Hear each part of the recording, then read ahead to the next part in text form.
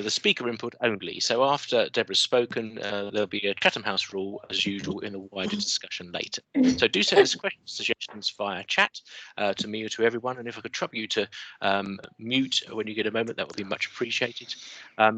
Apart from Deborah, of course. Deborah Hulme is founder of both Minerva Engagement and the Neuroleader Academy, exploring how we work as humans and what that means for how our organisations work, drawing on her experience with British Gas, BBC, Siemens and Barclaycard, amongst others. And Deborah, I know you're going to speak for around about 30 minutes, which should allow about 15 minutes of feedback and Q&A at the end.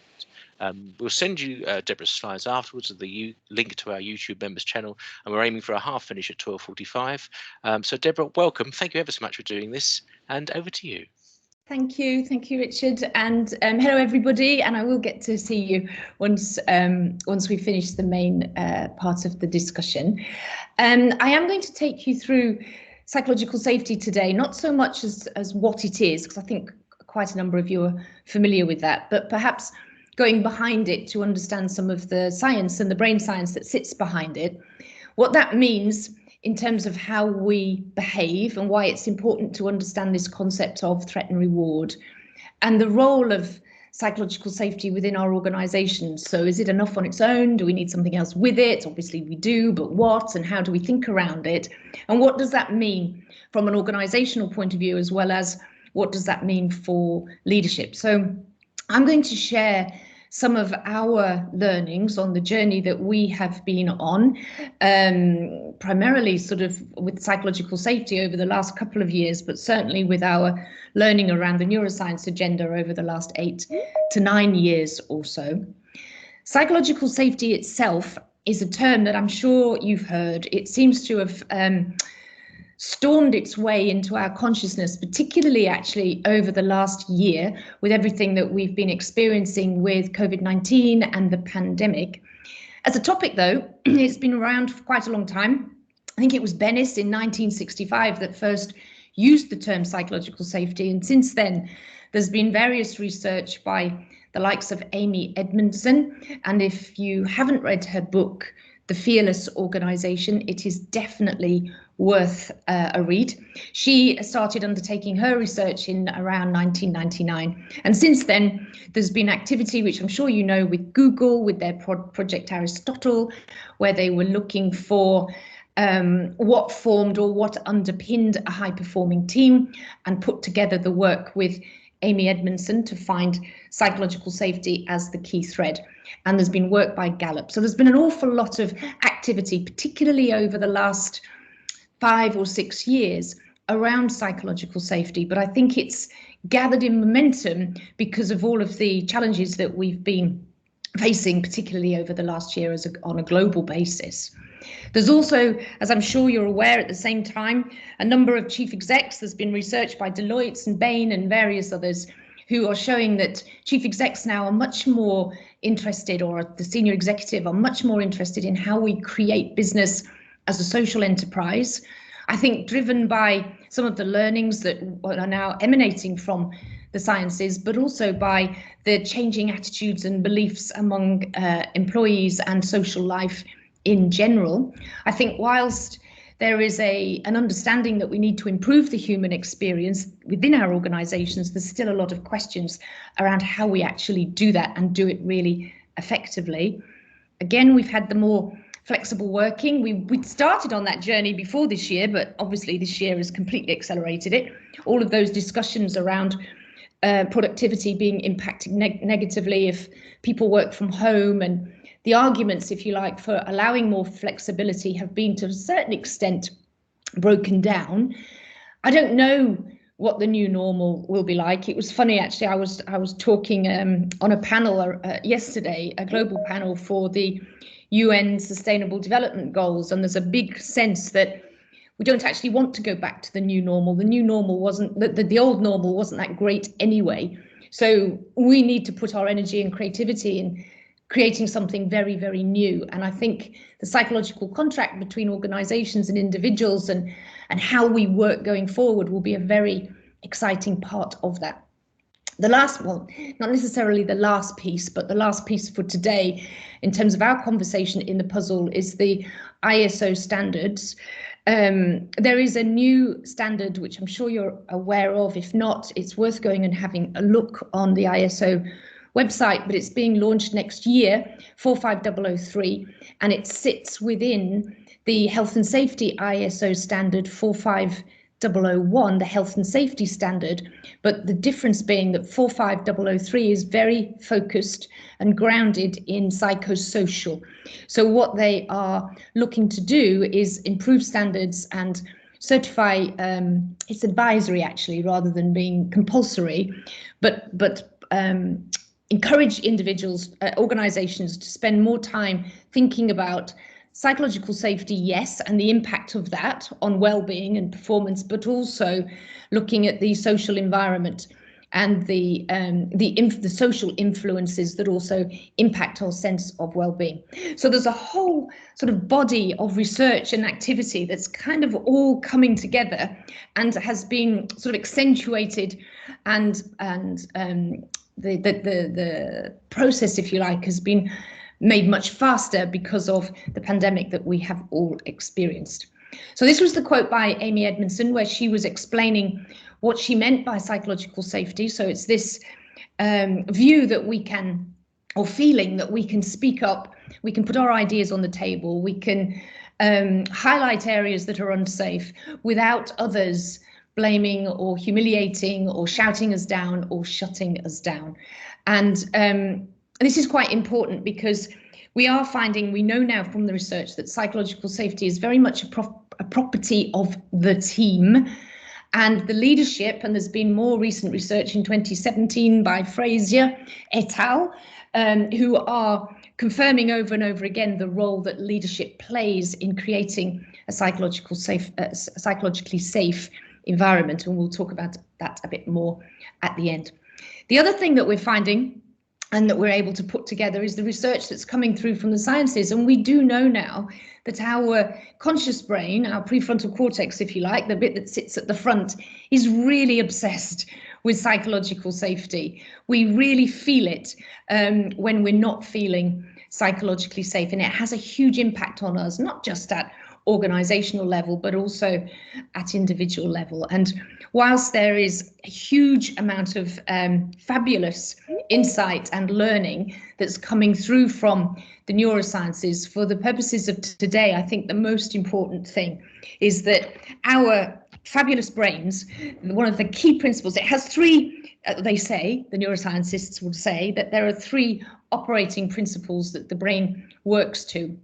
One is that it operates as a prediction machine, which is how we get through each day, because we think we're thinking our way through the day, but we're actually predicting, and most of the time we're working on automatic pilot, which is where all the unconscious bias, etc., comes into play.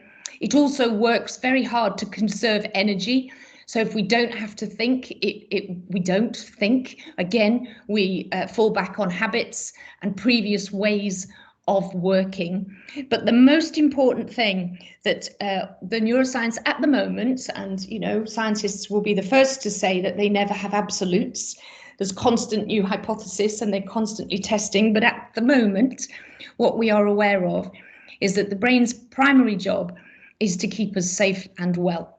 And that's in essence what it's doing every second and every minute of every day. Doesn't matter where we are or who we are on the planet, it operates in the same way. And what that means, the best way to think about that is that we have an antennae, almost an invisible antennae that comes out of the top of our head, and it's constantly scanning the environment for anything that might hurt us, or anything that might cause us pain, or anything that might harm us in any way whatsoever, whether that be physical harm or whether that be mental harm.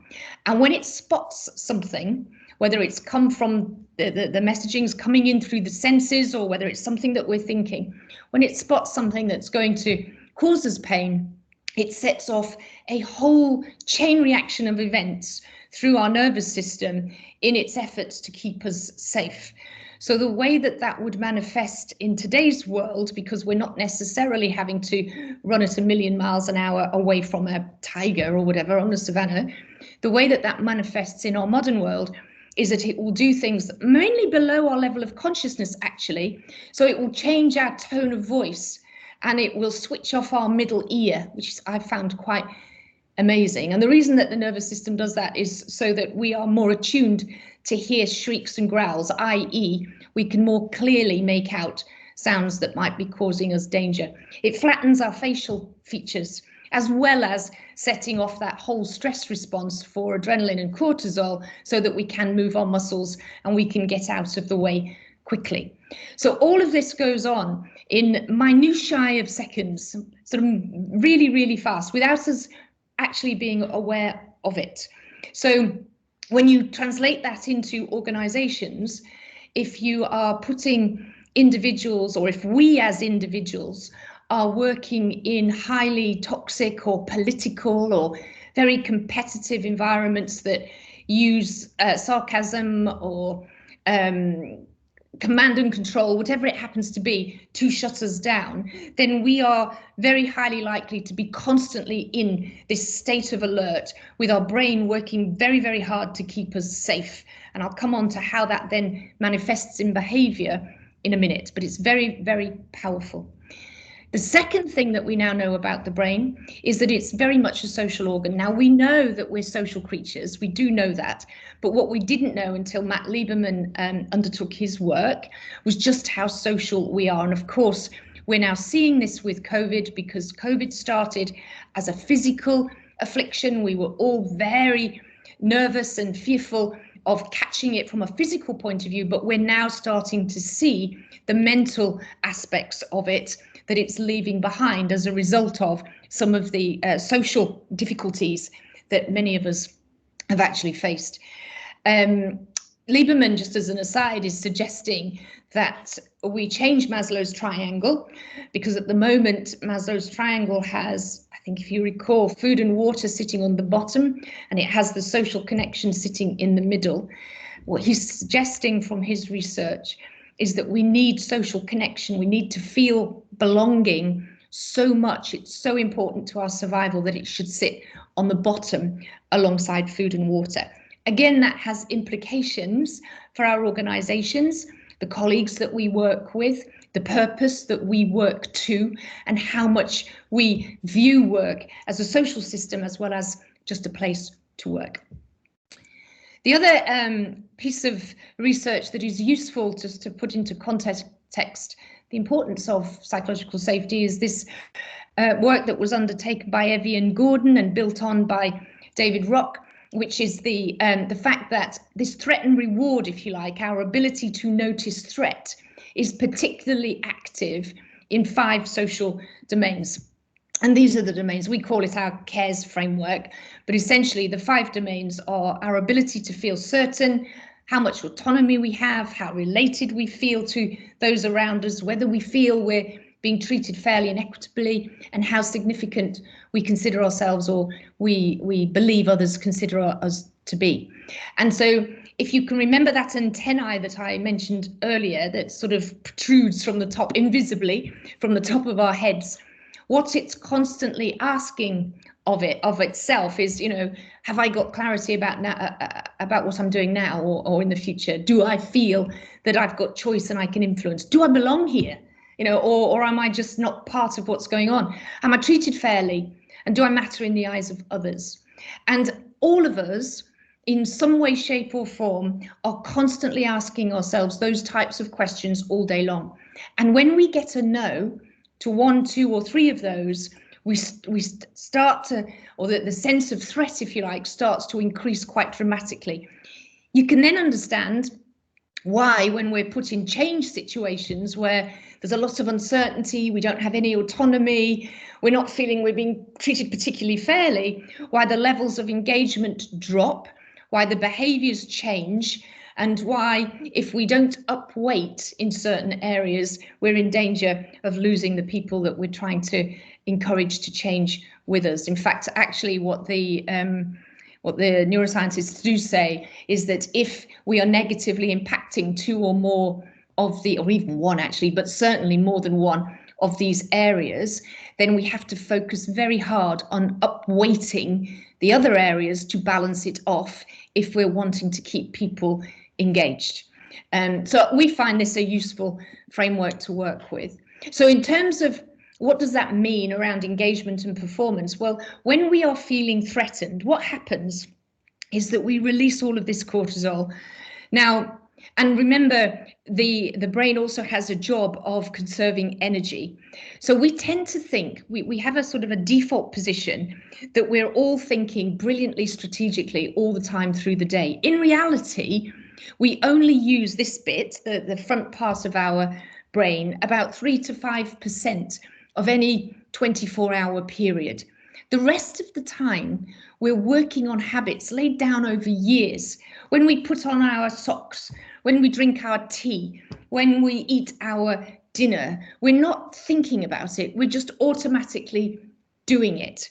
And so if you can just for a minute think that this thinking element of our brain, which sits at the front, size-wise, just to give you an idea of what happens when we're in that threat state, size-wise, let's say it's the equivalent of a cubic square meter. The rest of the brain is the equivalent, everything sort of towards the back, is the equivalent of the Milky Way. It's huge, it's enormous, it's got so much in there. When we've been doing a job for many, many years, we're not really thinking about it unless we get a serious problem that we have to stop and think. We're doing it on automatic pilot. Milky Way, massive. When we do need to use that thinking resource, because the brain is good at conserving energy, it's got the energy there to actually kick it into action. When we're stressed, and I'm talking about chronic stress, we all need some stress. Stress isn't inherently bad. We need some to get out of bed. We need some to perform. I'm talking about when it tips over to very high threat, chronic stress. That cubic square meter thinking capacity that we have at the front reduces in size to the equivalent of a cubic square centimeter. So it virtually goes offline altogether.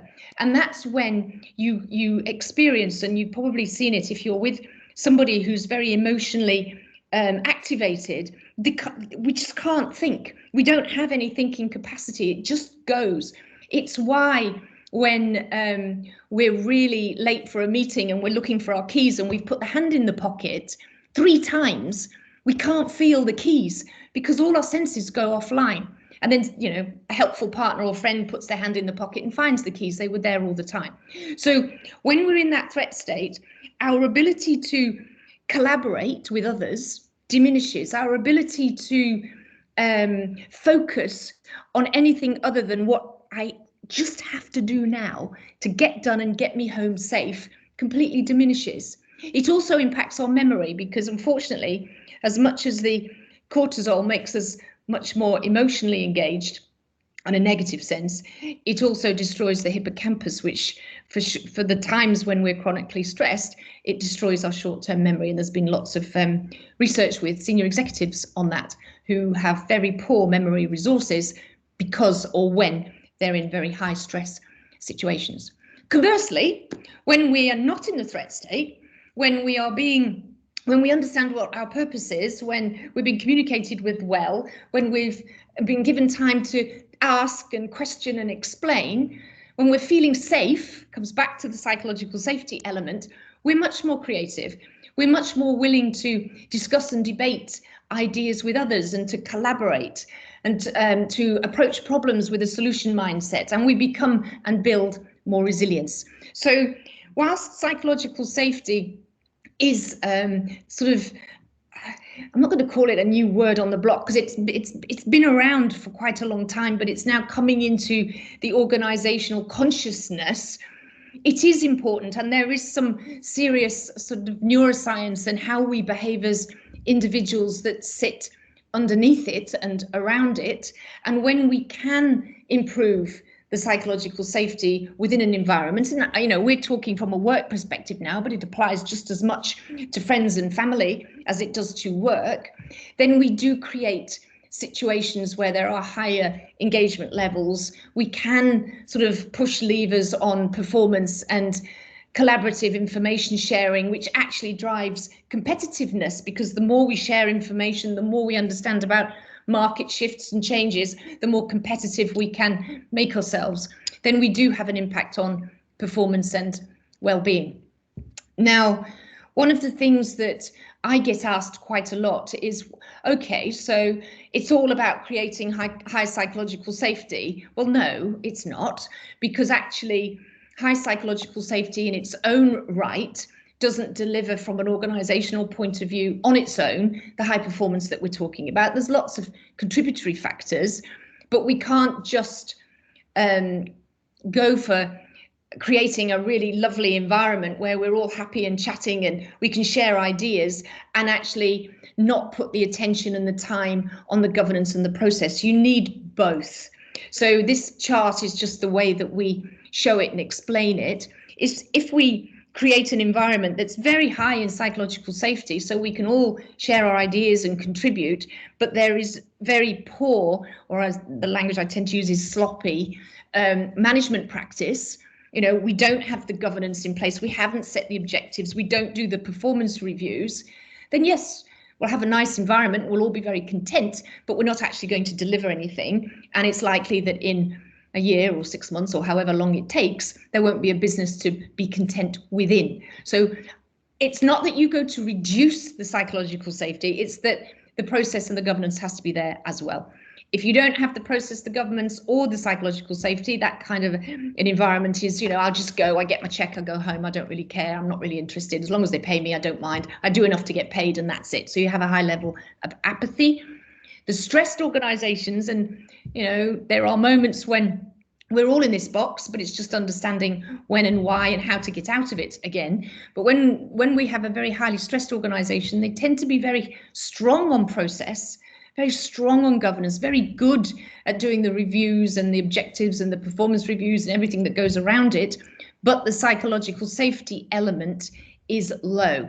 And that's when, if we're not careful, we can push that stressed organization to a point where it falls over and explodes, or worse, within the organization, individuals are cutting corners and perhaps doing things that they shouldn't to be able to deliver against the performance that's been put in place that they can't do because. So it leads to some poor behaviors. The high performance box is when you've got a really good combination of the two things. And what we are seeing is that it's difficult. You can't move straight from contentment to high performance if you find yourself in that box, because actually, as we start to apply more process and more governance, it does create a stressed situation. Then you have to really upweight the psychological safety elements and make sure that people are feeling comfortable so that then they continue to move around into that high performance box. So it's just worth keeping that in mind. I've had so many questions about, oh, well, it's all about psychological safety. No, it has to be balanced. It's like everything else in life, to be honest.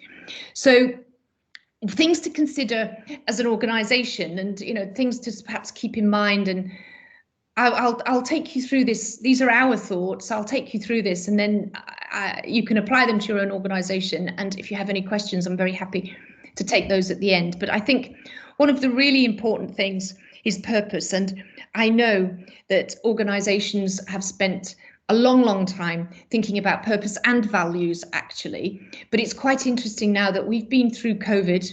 It's impacted every single aspect of our lives on a global basis. And it's not just COVID. We've had Black Lives Matter. We've had the Me Too movement. We've had Greta Thunberg pushing rightly so, the environmental agenda. So all of these things have come together over the last year or two to really enable people, all of us actually, at an individual level, to stand back and question who we are, what we're doing, and what we want, not just from our lives, but on a bigger level from our planet. I would imagine that there are a number of organizations as we go into 2021 who will be standing back and reviewing their purpose and what they stand for as an organization, and making sure that it is in line with everything that is happening in the social context on a global level. And it's really, really important that making it meaningful is the connection, as you all know, between me, the individual, the work that I do with my team, and how it then manifests out through the organization into society. So that purpose piece, even when we're talking about psychological safety, which some would consider a separate entity, it's not. It's all wrapped up together. I think The other thing that's really important that we are learning through psychological safety is because it is a property of the team, the leader of the team has a very big influence on the levels of psychological safety that exist within that team. So how the leader behaves, how they interact with their team members, the mindset that they bring to the team, all has a direct influence from the research that we can see at the minute on the psychological safety that exists within that team, which is why when you get into when you get into organizations, you can see across those organizations teams that have high psychological safety, and in the same organization but a different area, teams that have low psychological safety. Now, the one thing that I will say about this is a lot of the research that's been done so far has been done in English-speaking Western countries. It is now being expanded out to include more diverse backgrounds, diverse cultures and diverse languages. And one of the things that it was Fraser actually in 2017 in his research he was suggesting was that certainly in our Western cultures, the leadership are really fundamental to psychological safety. As you get into different cultures where they are much more command and control, perhaps much more influenced by culture, very less more risk adverse, then leadership plays a role. But then psychological safety, whilst just as important, you would influence it through work practice and support systems as well as leadership because of the nature of the culture. So that is just something to bear in mind as we build leadership capability, because I don't believe that we all have yet developed the capabilities and the skills in the way that we're talking about here. It is about emotional intelligence. It is about understanding our social intelligence, and it's understanding that we also have attentional intelligence. It's being able to move and encourage people to shift between different mindsets. It's being able to still maintain and hold constructive dialogue when we're in a situation with which we are getting more and more now, not just in our at a national level, but within our organizations and families, when we've got very polarized views, which seems to be the way at the minute, having the skills to be able to navigate that dialogue without getting into a fight or becoming threatening or just acquiescing because it's the right thing to do or the easy thing to do is very difficult. And they are skills that we assume we have, but not many of us do actually.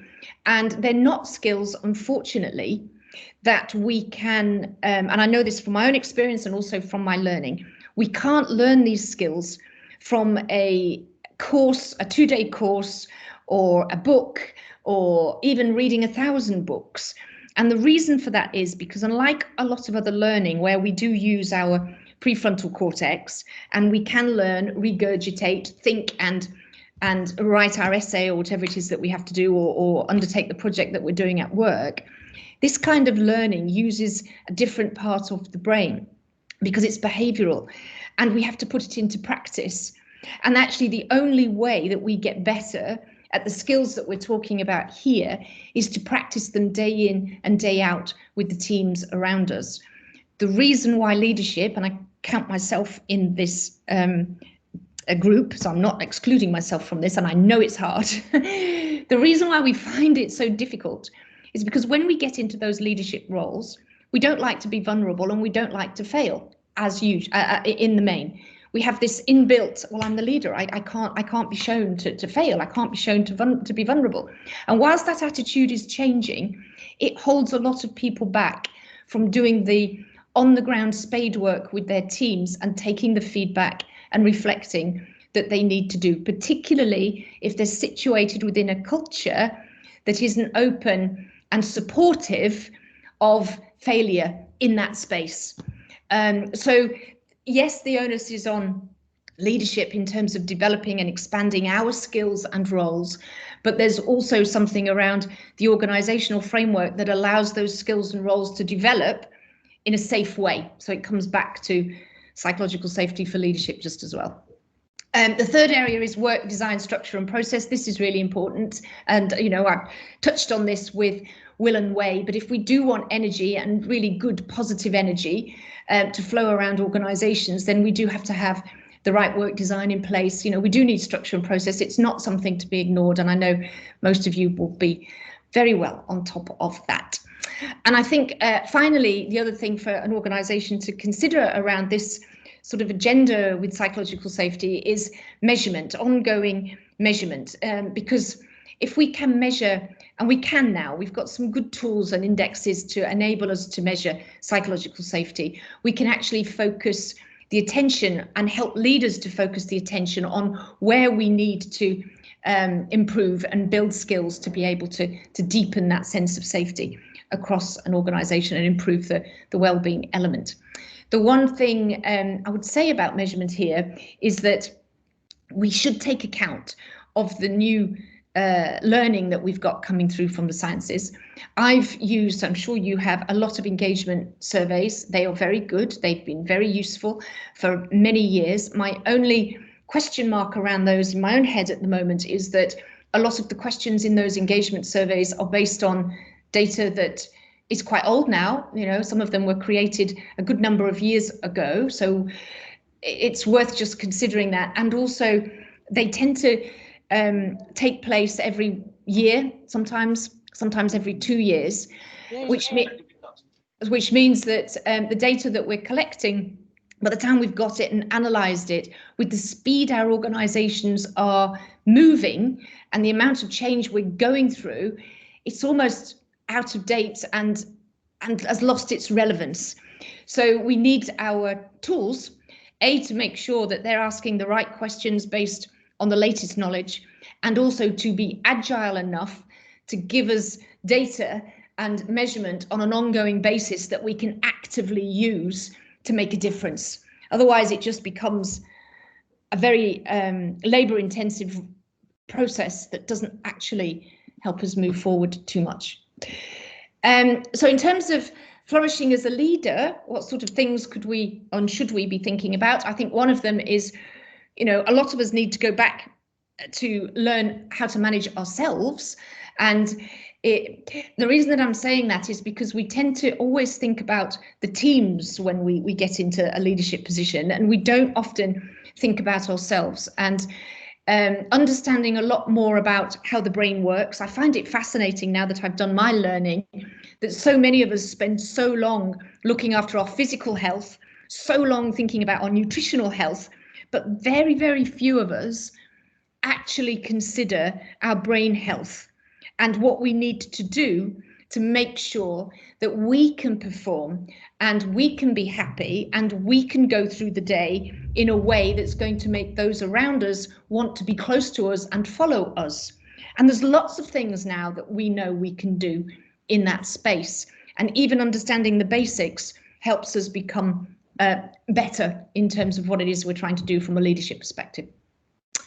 Focusing the attention is really important. And this is, I think, necessary actually at both an individual, team and organizational level to think about, mainly because we have so many distractions now with email and with mobile phones and with all of the things, the meetings that come in back, even Zoom actually. I've heard stories of people rolling out of bed at 7:30 and being on the Zoom at 7:45 and not getting off until 8 o'clock at night, and then basically sort of having some dinner and rolling back into bed. Now, all of that is if that's the way you want to do things, that's okay. But actually what's happening is that we are getting to the point, the collective we are getting to the point where it's very difficult for us now to focus attention. We've unlearned how to do it, so much so that there is a trait, it's called attention deficit trait, that scientists are referring to, that is now growing at a very fast rate within our organizations. It's similar to attention deficit disorder, except attention deficit disorder is grounded in genetics, where attention deficit trait is a result of our environment. The fact that we are forgetting how to focus attention. We're working with quite a number of people at the minute who find it very difficult to focus on one thing for more than 5 or 10 minutes and almost start to shake if they can't check their phone. And so as we do that, then our ability to really think through complex problems dissipates. So understanding the importance of attention management and proactively learning more about how to do that and what that means for mindset, what that means for the habits. You know, there's so many, we could focus everybody on everything, but one thing that we seem to forget is that because this prefrontal cortex at the front of the head only has so much high thinking capacity, then we do have a big capacity issue. So if you're asking somebody to focus on 15 different things, they just can't. So so either chunk them up, or what is the 1 or 2 things that are going to make the biggest difference that we do want to focus on? And understanding the ins and outs of that from a brain performance point of view is helpful, as is modeling the way and the importance of behavioral contagion. So there's lots of things that we can think about from an organizational point of view and from a leadership point of view that will impact our levels of psychological safety and work to, if you like, strengthen this resilience bank so that we are more able not just to keep going and managing the change that is going to continue coming through our way, but continue coming our way, but that we can do it in a sense of well-being, and we can do it with maintaining and increasing the performance that we're able to deliver. So, Deborah, sorry to interrupt. Sorry, yes, go on. Apologies. We've got about 5 minutes left, and I just wanted to leave some time for questions. I'm so sorry to cut across you. That's right. Shall I give you 30 seconds to wrap up? Is that reasonable? Yeah, no, that's fine. Sorry, I was too busy concentrating, not looking at my watch. So I mean, the slides are going out, so you can have a look at this really. But it was just to say that is psychological safety important? Yes, it is. Is it a replacement for engagement or anything else? No, it's not. But it is something that we should be taking account of, and it does influence not just our well-being, but also the organisational performance. I think that's it, Richard, if that's all right with you. It is very much all right with me. That was great. I found that really engaging, very informative. Thank you. I'm so sorry to cut you across. But, no, that's fine. Let's